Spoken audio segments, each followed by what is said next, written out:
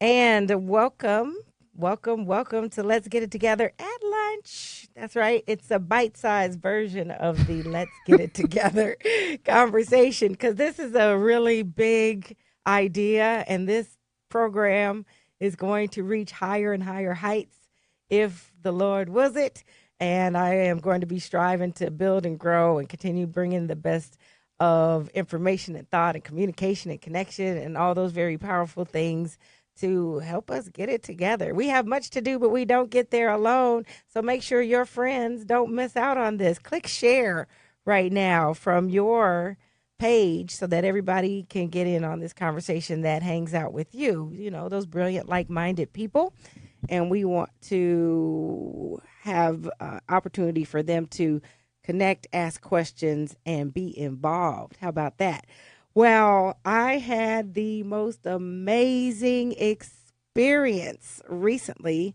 On October 27th, I presented, was honored to be on the stage at the Blanche Two-Hill Amphitheater Auditorium at the College of UMSL to do a TED Talk. A TED Talk, yes. Miss Jade did a TED Talk with TEDxGatewayArch. And it was a transformative experience. Those of you who are friends with me on Facebook, you know what an ordeal it was going through. And honestly, I could not have done it without a lot of help and a lot of preparation, but most certainly a lot of coaching. And I had one of the best in the business. I tell you what, I'm so glad when I pulled the lotto, I really won when I got Fred Miller. He is the founder and owner of No Sweat Public Speaking, and he is my guest today, and we're talking about what TED taught me. So if you have questions about what is it to do a TED Talk, what is a TED Talk, how to present better, what was it like for you, we're going to answer all that today, what the overall experience was, what we would do differently, what we want more of. I tell you what, I don't think I'll recognize the woman that was there before I went on that stage. You're right. It's transformative, isn't it? Transformative, Oh, I yeah. have to tell you. So welcome, Fred. Oh, glad to be here. That's right. I'm going to take a second here to share this feed with my audience and friends on Facebook. So everybody should do the same. Where's your phone, Fred? Uh-huh. This is the one time I'd want you to have your phone. I All know right, you what turned do I it do? on. All right. You're already a friend and follower on the Let's Get It Together Facebook page. What else? Search the hashtag. Just click share. It should let you know that we're live. Just click share. Lessons from the great TEDx stage. Give me your phone. I'll do it. I know, sometimes I'm not real techie. Yeah, but you are so techie, and you bring that into In some your things, work. yeah, in some things I love not. it. I love it. But I want folks to know who you are and how you got to be a coach for the great TEDx. Got to be a coach because I got lucky with you. You and I met over at Medici, and we became instant friends, and we've been working together, and that's how it is. But I speak, coach, and write about networking, public speaking, and presentation skills, and your TED Talk was amazing. No way. I mean, you crushed it. I mean, it is the springboard to something else. I mean, your life started again on that date. It really no doubt did. about it. Oh, it yeah. really did. Yeah. And I felt that. And Fred, I was so anxious. Now, we had been working on this for months. So let's just introduce people who do not know what a TED Talk is. Well, they're all over the country. They're starting in California, and now there are, I guess you would say, franchises all over. But basically, they're 18 minutes or less, and I think less is going to be more in the future. And it's just an amazing opportunity to succinctly tell something that's inspirational. Right. TED stands for Technology, entertainment, and design. Mm-hmm. And they are awesome. And get on the internet, watch them on YouTube, and you learn by observing, but you also learn by doing. So what did you learn from this? Oh, my gosh, tremendous. But they're not just for inspiration, and they actually are influential. Oh, yeah. You know, there's talks and there's things like this that go on, but TED has established a reputation and a brand that is pretty exclusive. Not even exclusive. Let's just say it's respected. It's got a connotation, a denotation with it. That when you tell people you did a TED Talk, right? I mean, right away, that's like having an MD after your name or exactly. PhD. It's or a credentialing. Yes, It's a huge. credentialing. And I see why it's not just some simple undertaking. So I have I've taken a bunch of notes about what lessons I learned. But let's just start with the overall experience. So in order to even be in the TED, well, you tried out for it, right? I tried out. I was asked to try out, and yes. I says, no, that's for these. I mean, literally on that stage were astronauts and scientists and scholars and organization CEOs, and you expect it to come with a level of expertise. And I started to, for that moment, doubt the 20 some odd years I had. No. Well, that's one of the lessons is opt out of doubt. You have a choice. Yes. So opt out. And that choice should always be yes. I'll take it. I'll take it. Get out of your comfort zone and it gets larger. That's right. That's right. Yes, it's we talked huge. about that. So I shared that with your followers, and also I would love for y'all to share with any questions you have. So let me go ahead and pull up my. Did I share it twice? You got some notes on it? I've got some notes. Okay. But speaking of the overall experience, so one, just having the invitation was pretty great. So I was encouraged, I was inspired, and then I said, "Oh wow, what will I talk about?" There's so many great topics and ideas worth spreading. What will be my area?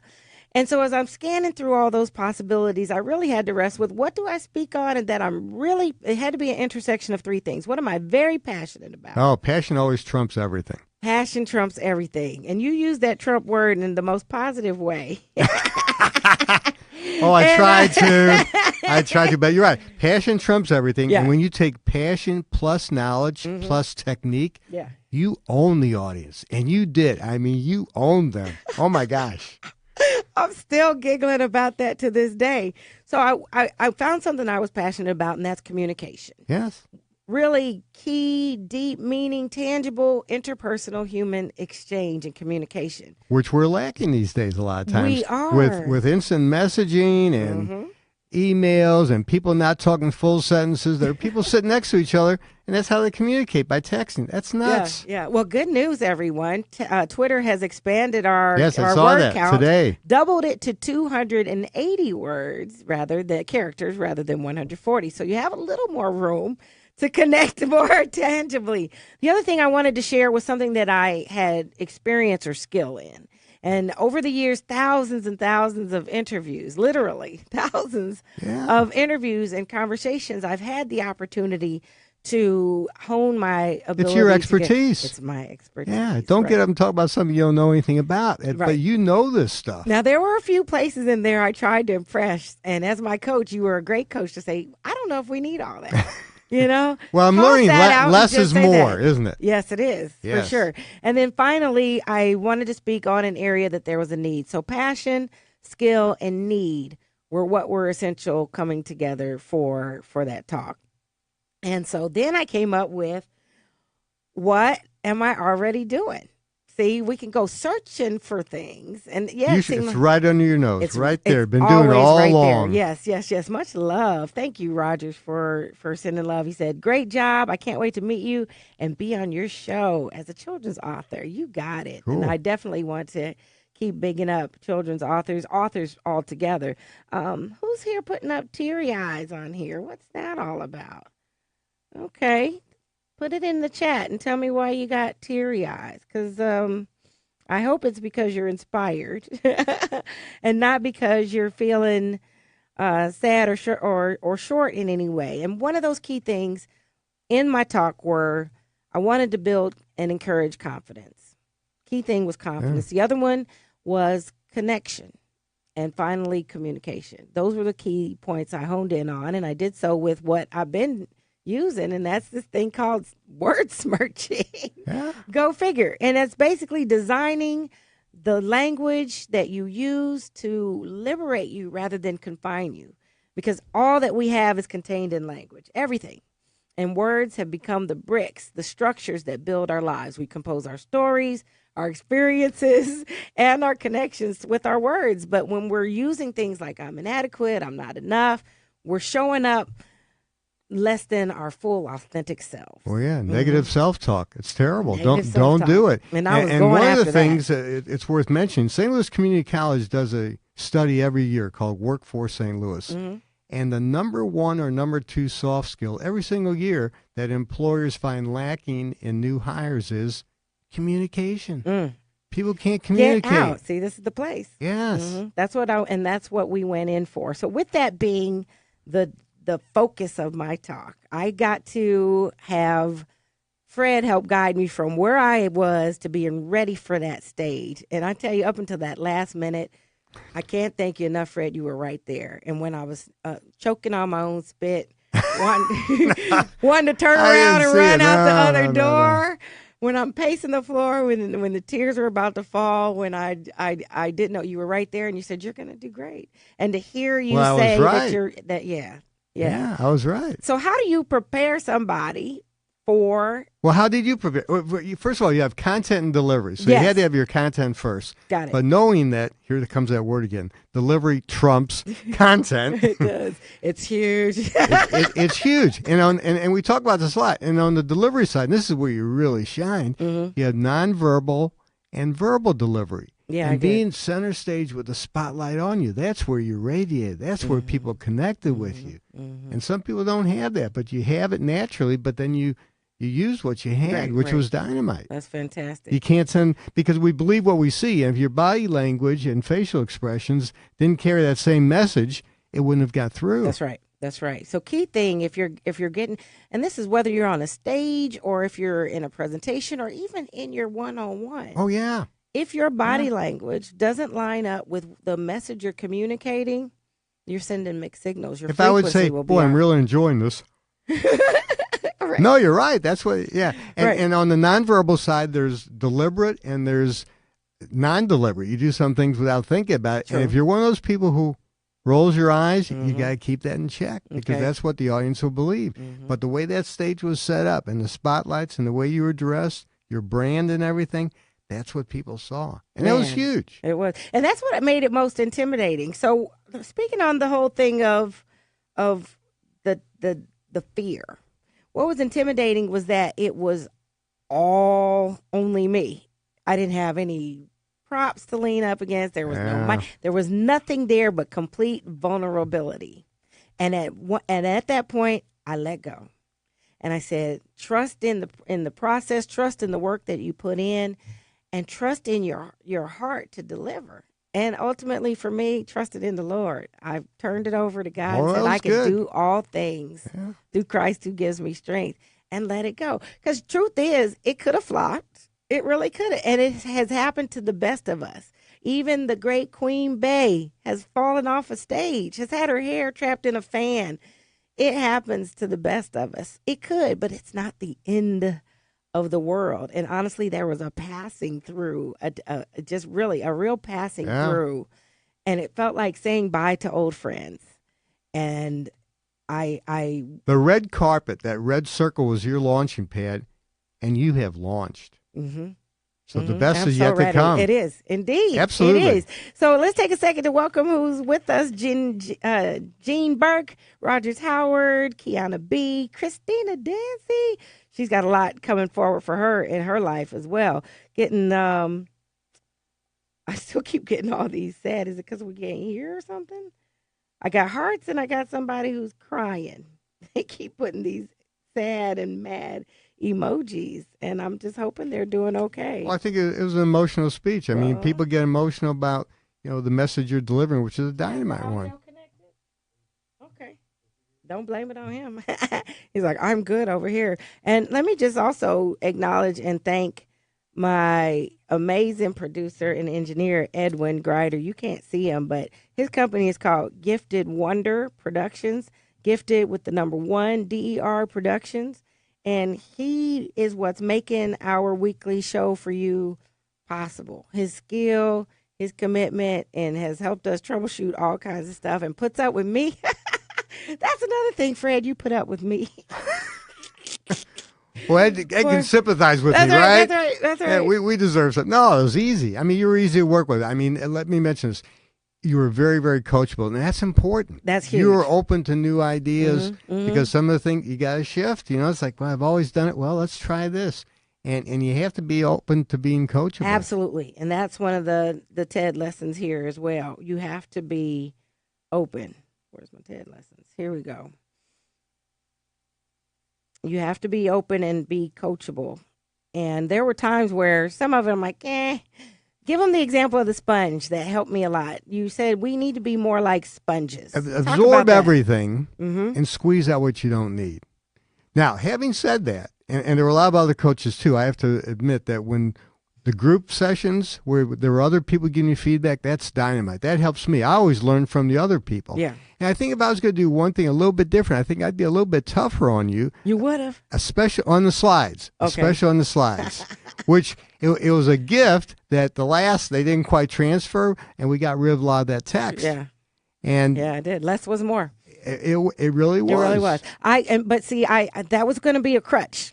So I understand that. Because I wanted the slides to do some of the work for me. And on the TEDx stage, the TED stage, the work's coming from you. There were components of it where they said, you don't need this. We've got you. Why don't you show us how that sounds? And I'm thinking, but I need my slides. And honestly, pulling those things away freed me. There was so much that I personally allowed to confine me. And slides to speak for me was one of those things. Well, the text on the slides, because that was a distraction. Too many. Here's another big thing.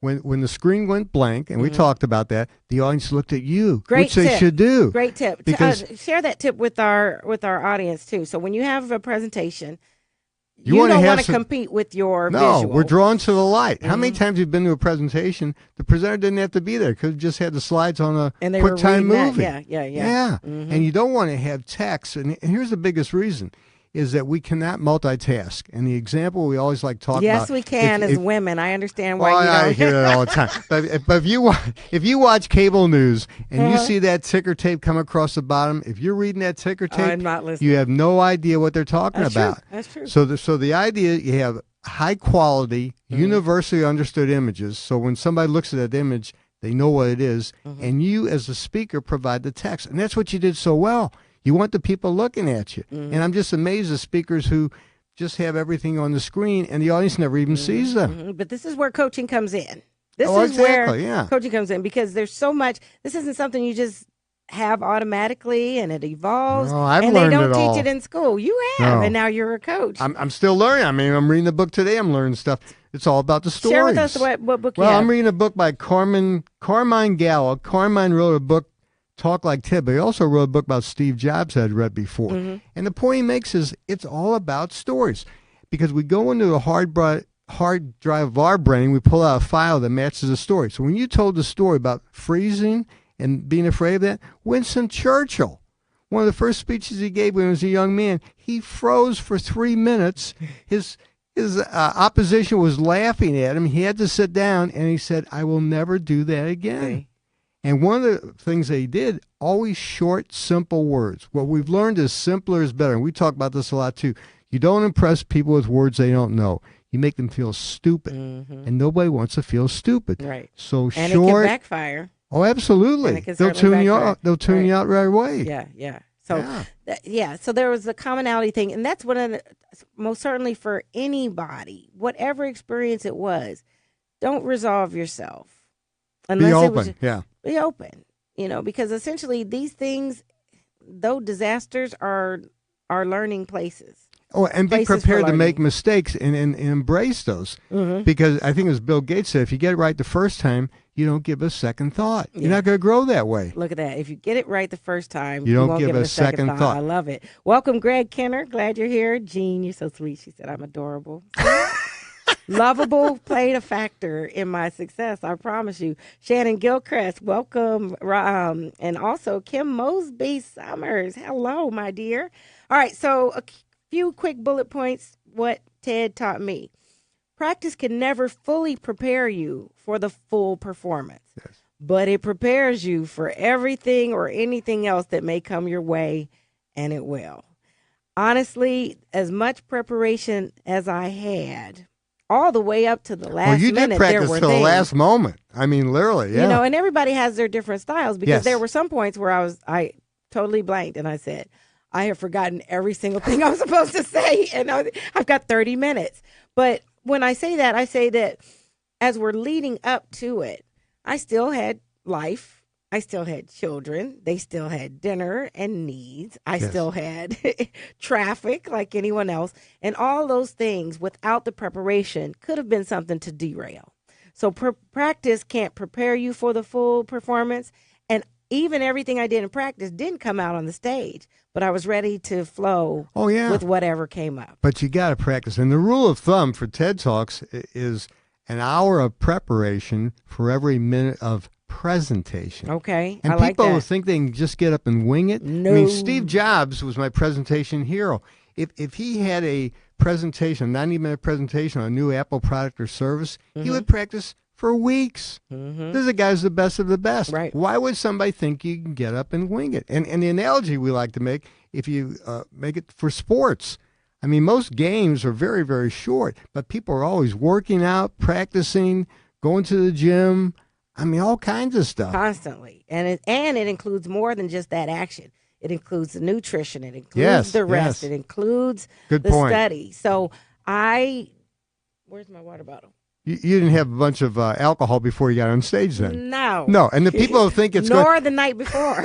Well, I always like to say, if you really think Liquid courage. If you really think that a shot of whiskey or a beer is going to steady your nerves, well, next time you go under the knife, have the surgeon take a few drinks, if you really believe that. That's right. That's right. And so I was hydrated first thing in the morning.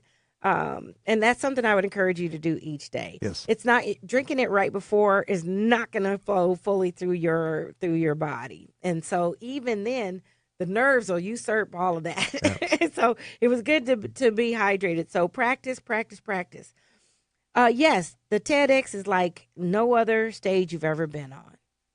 But no other stage you've ever been on is like any other stage you've ever been on. These are just aspects of new territory and new ground you're going to take on in life. So, yes, it may be different than any other stage, but so is every stage in your life. Today is not yesterday and will not be like any other day you've ever had. Every time you open the door, there's something new. That's right. Yes, so what would you do different? What would you do different? Oh, so I don't know, Fred. Okay, what was the toughest part, though? What do you think that was? I think my toughest part, I have no regret.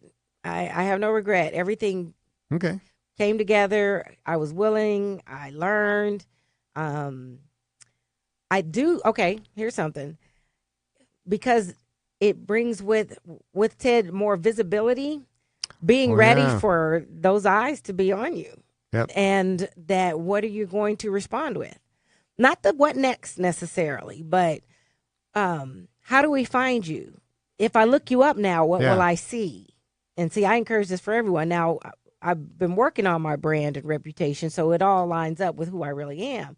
However, I'd like to be able to say, hey, I can deliver this or the next thing right off, and I'm ready to come to your stage or your event right now. See, I'm building that now. My speaker's pathway and journey, which you and I are partnering up on that. Even. Oh, yeah. Well, you want to have a signature presentation, and you want to have a focus so they know, I know what Jade does. Mm-hmm.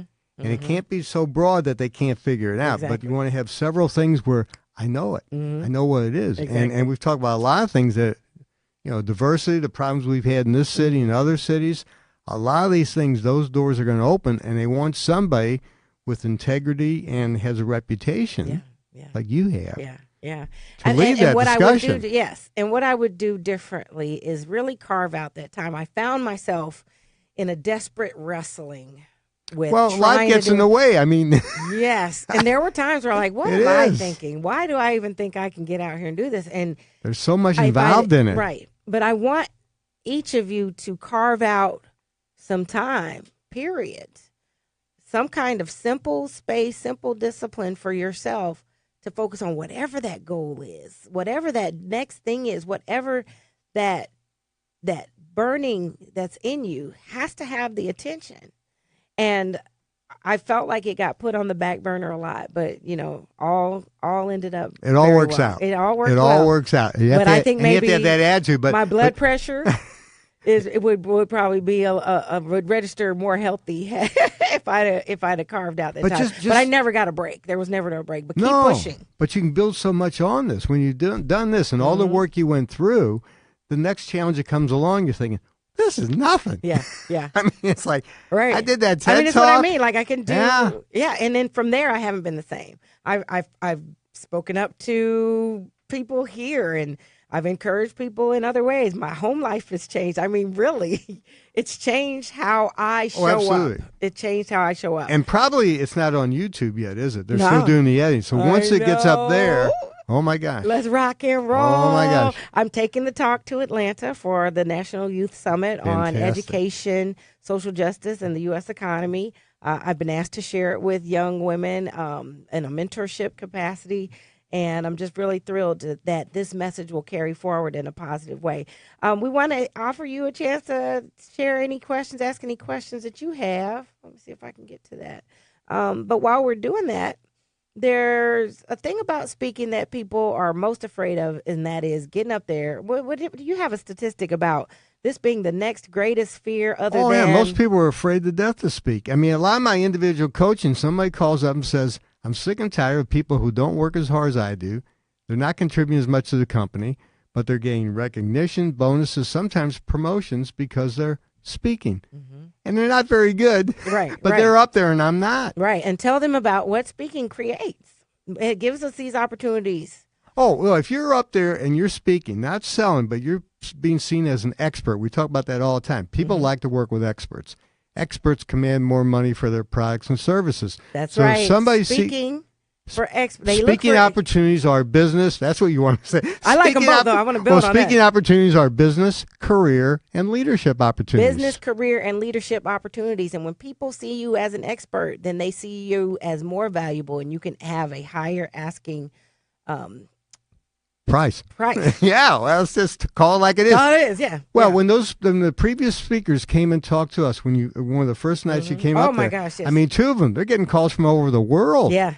They are superstars They're getting now. Swept away to do so. Yeah. I'd like to welcome Sean Mulroney with us as well. And he is... Oh, he's got a story, hasn't he? He's got a wonderful story. And you all have a story. And with your story, you can inspire.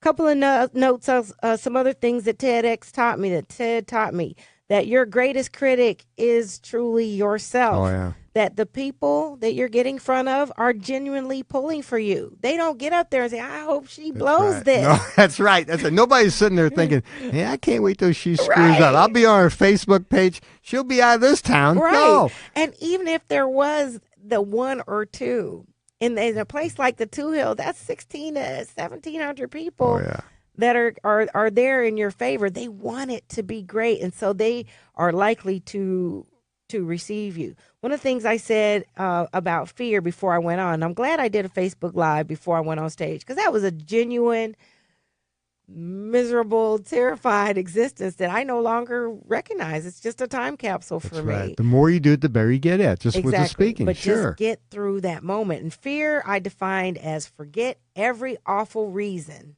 that's keeping you from doing this thing. Forget it. Forget every awful reason is your new acronym for fear. Okay, so fail, first attempt in learning.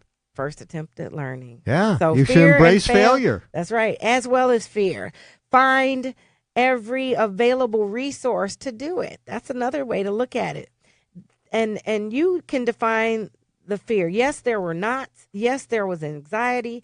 And yes, that was fear. But it's all mine anyway. So I might as well get familiar with it. Right, and take that nervous energy. This is what you did. Take that nervous energy and put it into your presentation. Yes. Anybody ever sit through a boring presentation? I did. Oh, my gosh, they're terrible. Right. So you take that nervous energy. What Toastmaster says, you take those butterflies in your stomach and you get them to fly in formation. Oh. Ooh, isn't that good? I like that, Fred. Yeah, well, not mine, but it's Toastmasters. It's good. But no, that's what you want to do. And the more you do it, the better you get at it. You get more comfortable at it. Because, and you did this, a great conversation, a great presentation should be like a one-on-one conversation. Yeah. It's not Definitely. a lecture. Mm-hmm. Mm-hmm. And for me, interactive was key. Now I couldn't see the faces because the lights were so bright. Yeah. But it was really great to. And that does make it tough, doesn't it? It can. However, there's a way. In your mind's eye. I did. That's and how I you did. did And I sent that out there. I sent that energy out there. That red dot. Now let's speak about that. That red dot in the center of the stage actually is there to center you. Think about that. It centers and structures you to speak from there, from that point. And there could be right there from your heart, from right where you are in your level of experience or expertise or story, right from where you are with what you have. So get a red dot for yourself, right? For wherever you're going, it's going to start from right here, from one starting point. And I want you to establish yourself a red dot and step on it and launch from there. Unplug, lay off the sauce, and the sauce meaning any toxic thing, people, substances. Yeah, people. Get those negative people out of here. The ones who say you can't do that, it's going to be lousy, it'll ruin you. We don't have time for this. Get rid of them. That's right. Yeah. And that includes what you take in, your ear gates, your eye gates, unplug and lay off the sauce. Next thing Ted taught me, you don't actually die up there. I mean, with medical advice and clearance, you're not going to die up there. And unless death is the thing, keep going. Keep trying, because there will be opposition and obstacles. Keep trying. And watch a lot of TED Talks. Did you watch a bunch as you preparing? I did, but I scaled back as we got closer. Okay. Because I didn't want to keep diluting.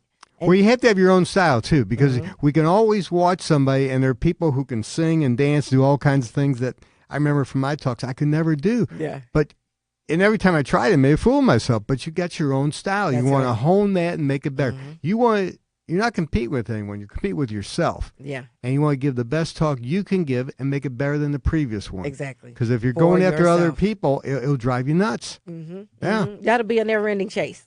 Exactly. Because especially if they're going to continue to grow. Welcome, Alex Stallings, who is my fearless coach in sisterhood, life, motherhood. How do we make this happen out here in this world? She has joined us as well. One of the other things that I wanted to add is about not dying up there. Keep going, keep pushing, keep believing. And don't be scared. Be ferocious. Ooh. Okay? Ooh, we're smirching ferocious, yes. as we speak. There's such a thing as ferocious, but be ferocious. You're Get right. after that fear. Like, you know what? Okay, let's get this. So full of fear that you see it come to pass, or you'll be fearful that you'll let it pass.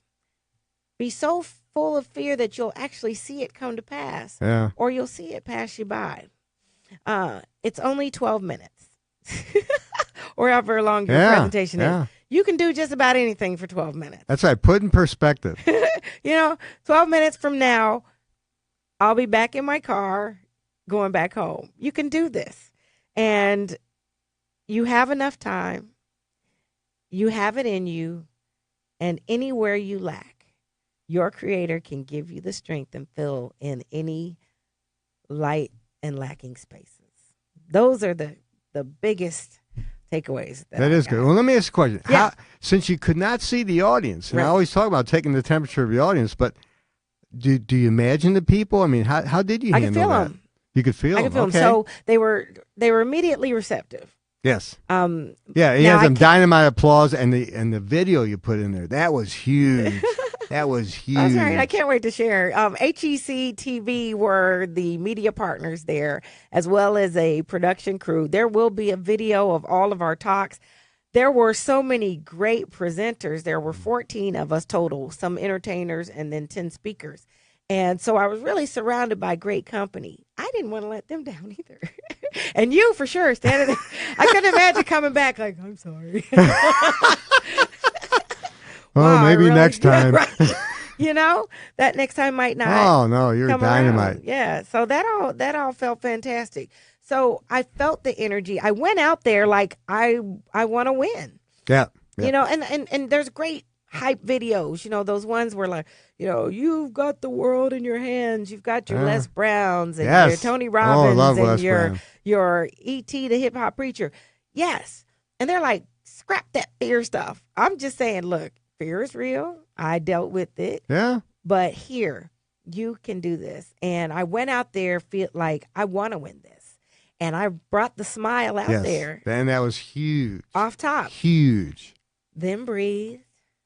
Yeah. And then began. Yeah. Bring the smile, breathe. That's what it is. And begin. Yeah. And your pacing, everything was great. I mean, it just all fell into place. Do you hear this? Oh, seriously. That was dynamite. And that, but it was all that preparation that did it. Mm-hmm. It's all that preparation. Huge. You can never wing something like that. How much time did we spend? Oh, it was a couple hours months, and hours, right? Yes. So several months in the making. We had several meetings each week. We got to so a few of the partners. First, I also want to make sure we acknowledge Elaine Thompson. Oh, she was dynamite. She oh my gosh. Facilitated all of our preparation classes. We worked with Coca Biz St. Louis. Yes. They work with executives and businesses with presentation and those types of things. We worked with who was the artist? Steve Summers. We can't Steve Summers. Steve is the curator of Gateway Arch. Not only that, and founder. Mish, and you right. did some stuff with Mish. She is huge. Yeah. She's going to be a great speaker. She already is. She already is in her You're energy. right. And I was getting to that. Some of the other people that came to our classes that worked with us. Oh yeah, he brought in some of his people talking about everything acting, talking about presentation, slides, breathing. That's right. Yeah. So get help, I guess, would be the other thing. Connect with people who will help you get sharp. That's right. You Whatever can't do it by yourself. Have a team. And have a squad, roll up in there deep, because there was something that each person contributed. In fact, there was a young lady who came who was an acting coach. Yes. And she helped us breathe and get loose, and we did the tongue twister exercises. Those were great, but she took it further and said, open up. Yeah. So I kind of contain on the stage to be proper and present right here. She says, open your arms. I remember you doing that. And that made everything bigger. Oh, it's huge. Because it was a big room too. And you had to do that. So here's something. Basically, Give you us had the guideline there. Well, you had tons of coaches. So the guideline here is professionals have coaches, amateurs don't. And if you relate that to sports, there are a lot of professional athletes. Even though the team is providing a super coach who's getting very well paid, they'll hire their own if they don't feel a connection with that person. And you and I had a great connection. That was really, really important. Yeah. And ongoing. So then you helped me think about maybe even with football, they've got somebody, the defensive coach. That's right. They've got have the offensive coach. They got sure. specialties. Yeah. No, you're right. Like there are speech pathologists who take care of people with vocal problems that I don't know anything about. Right. But there are people. Yeah, I might need that because I'm going to be speaking so much. You will be. But you're right. People are specialists in different things. Yeah. And you bring in those people, but like filming this thing here. Oh. I can do this without Edwin. Can I turn the camera on, Edwin? Can I turn the camera on you, Edwin? Edwin is my hero. We are taking this to higher heights and going to keep giving you what you need to get to higher heights. This is just really terrific. Fred, what are your key 3 things you want to leave with someone who's ready to take on their next big presentation? Well, first of all, my mantra, speaking opportunities are business, career, and leadership. How so? What does that mean? Oh, my gosh. You're going to show everybody, because when you're speaking all over the world, they're going to say, well, we saw her at TED Talk. That's it. Yeah. And you want, first of all, you want to know what you're talking about. Yeah. And then you want to know the structure of a presentation. And the structure of a presentation is like the recipe for a cake. There are specific ingredients that you add in specific amounts at specific times. You do specific things to them, and you get a great presentation. Yeah, you do. You can't meander and go down these bunny trails. And then the other thing is practice. Yeah. Practicing is not optional. Right. And we're talking various types of practice. With someone, you recommend. And the iPad. This was helpful. You said record it and then play it back and listen. Record it on an iPad or your laptop. First time you go back, turn the sound off. Just watch yourself. Because nonverbal communication trumps verbal. So maybe you have a little bit of a twitch or you're leaning. I saw one lady who leaned a lot, and you can see that. Second time, turn it around and just listen. Do you understand what you're saying? How's the pacing? How's the enunciation and pronunciation? How are your pauses?